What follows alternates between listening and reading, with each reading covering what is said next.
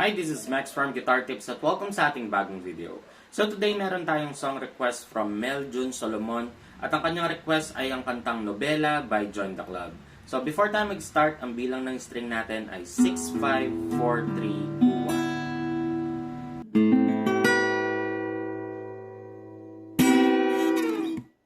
2, 1. So sa kantang to, ang original tuning ng ating gitara ay half step down or mas mababa ng kalahating nota mula sa original or standard tuning ng gitara.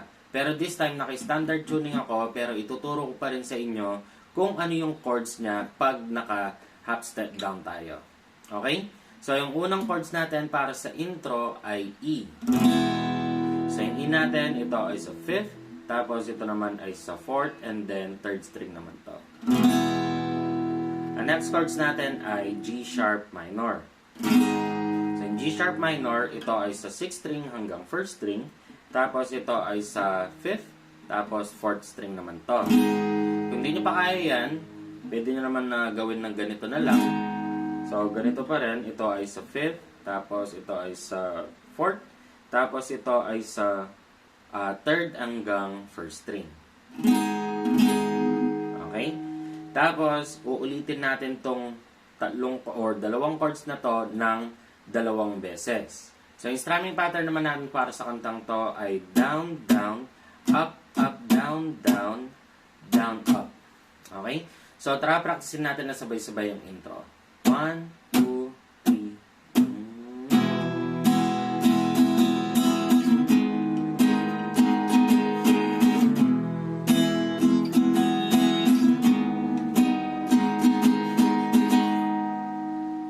So, yung next part naman ng kantang to ay verse. So, yung unang chords natin ay A.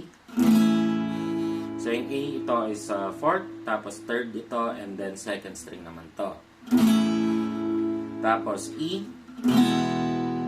So, yung dalawang chords na to, uulitin natin ng 3 beses. After ng 3 beses na yon, babalik siya ng A. Tapos B. Okay? So, yung B natin, ito ay sa 5th string hanggang 1st string. Tapos, ito naman ay sa 4th string hanggang 2nd string. Okay? Tapos, babalik ulit ng A.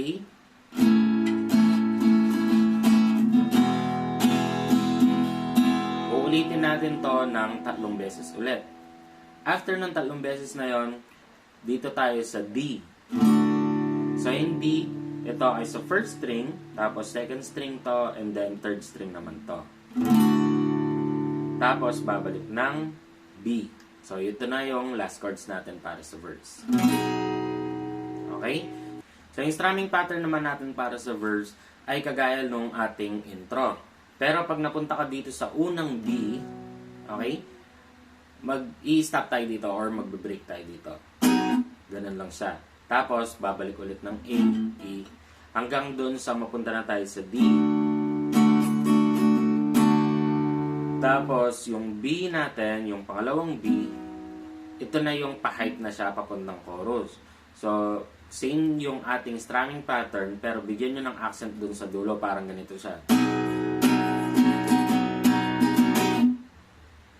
Okay, tapos chorus na nun. Okay? So, tara practicein natin yung verse natin para mas madali natin matutunan. 1, 2, 3, go.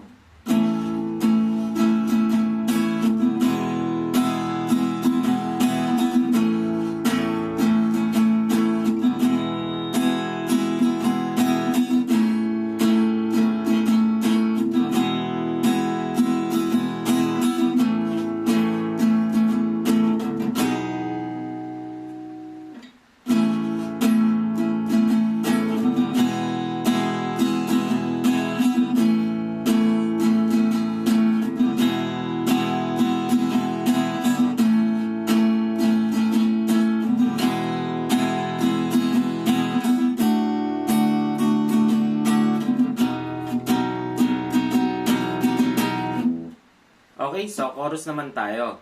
Yung unang chords natin sa chorus ay A, tapos B, next chords ay E, tapos may bago tayong chords, C sharp minor. So yung C sharp minor natin, ito ay sa 5th string hanggang 1st string. Tapos ito ay sa 4th string. Tapos ito ay sa 3rd. And then ito naman ay sa 2nd string. So kung di nyo pa kaya yan, pwede nyo naman ganyanin na lang. Okay? So same pa rin. Ito ay sa 4th. Ito ay sa 3rd. Tapos 2nd to. And then i-bar nyo lang to 1st and 2nd string. Okay? Tapos ang next chords natin ay A ulit. Tapos B. And then G sharp minor. O yung gano'n.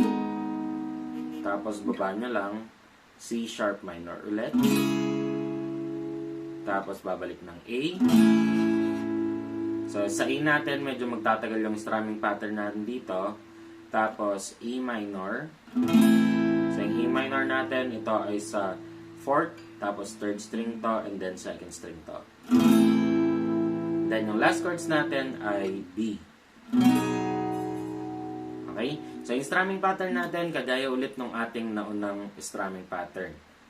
So tara, practicein na natin na sabay-sabay yung chorus. 1, 2, 3, go!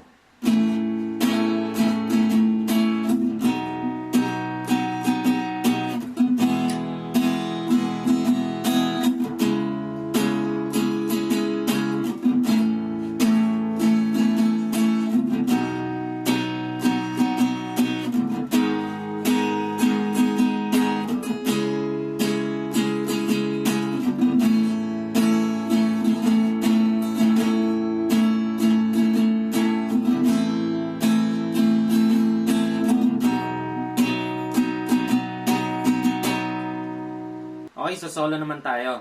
So, yung ituturo ko muna sa inyo ay yung ating chords ng solo. Pero dun sa mismong solo niya, gagawan natin ng panibagong video yan. Okay?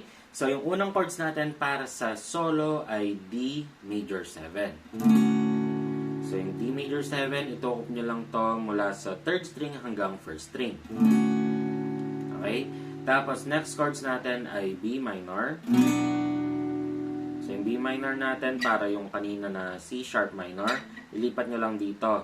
So, ito ay sa 5th string hanggang 1st string, tapos ito ay sa 4th, 3rd ito, and then 2nd to. Okay? Tapos, next chords natin ay G. Pwedeng ganito or pwedeng ganito. So, yung ganito, ito ay sa 6th string, ito ay sa 5th, tapos ito ay sa 2nd and 1st naman to. Okay? Tapos, ang last chords ay A. So, ito yung part 1 ng solo. Uulitin natin tong ng 2 beses. Okay? Ang next chords naman natin after nun ay G. Okay? Ito. Tapos, G minor. So, yung G minor natin, kagaya lang nung ating G sharp minor, ilipat nyo lang dito. So, 6th string to hanggang 1st string, tapos ito ay sa 5th, and then 4th string naman to. Tapos, yung D major 7 natin. And then, next chords ay D minor 7 naman. So, ito ay sa 3rd, tapos ito ay sa 2nd, and then 1st string to. Ang next chords natin, babalik ng G. Tapos G minor ulit. Oo nga pala guys, kung di nyo kaya to, pwede naman gawin ng ganito na lang, kagaya nung kanina. Tapos, last chord sa solo ay A. Okay? So, tara, practicein natin na sabay-sabay yung solo, yung part 1 at yung part 2 na. 1, 2,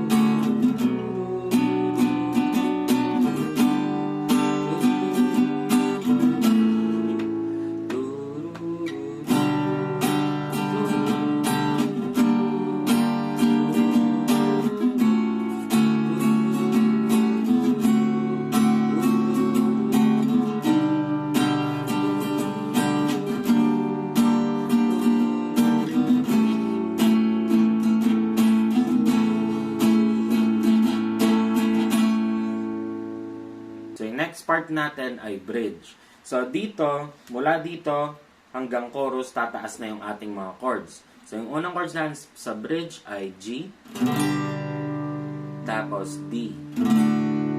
Okay? So ito ulitin natin ng 3 beses, and then next chords ay C, tapos A. So dito na tayo sa pinaka-last part, which is yung ating last chorus. So yung unang chords natin ay G, tapos A, and then D, tapos B minor. So yung B minor natin guys, katulad nung ating C sharp minor kanina. Okay? Tapos ang next chords ay babalik ng G, tapos A. Okay? Tapos F sharp minor. So yung F sharp minor natin kanina, kagaya nung ating G sharp minor, lipat nyo lang dito. Kung di nyo pa kaya yan, gawin nyo yung ganito. Okay? Tapos, the next chords ay B minor. And then G. Tapos, G minor. Tapos, babalik ng G. And last chords ay A. Okay? So, tara, practicein na natin agad yung ating last chorus. 1, 2, 3, go!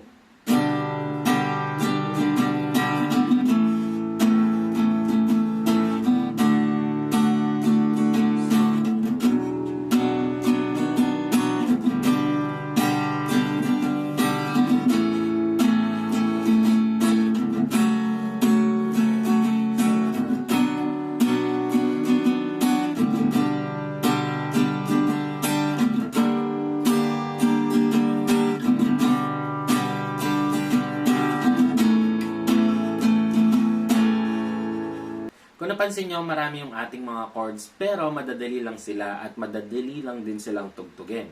At kung gusto mo yung mga ganitong guitar tutorial, huwag mong kalimutan mag-subscribe at i-hit mo na yung notification bell para lagi kang updated sa ating mga videos. At syempre, kagaya ni Mel John Solomon na nag-comment dito, kung meron ka rin gusto na kanta na tugtugin sa gitara, i-comment mo lang dyan sa baba at gagawan agad natin yun ng video.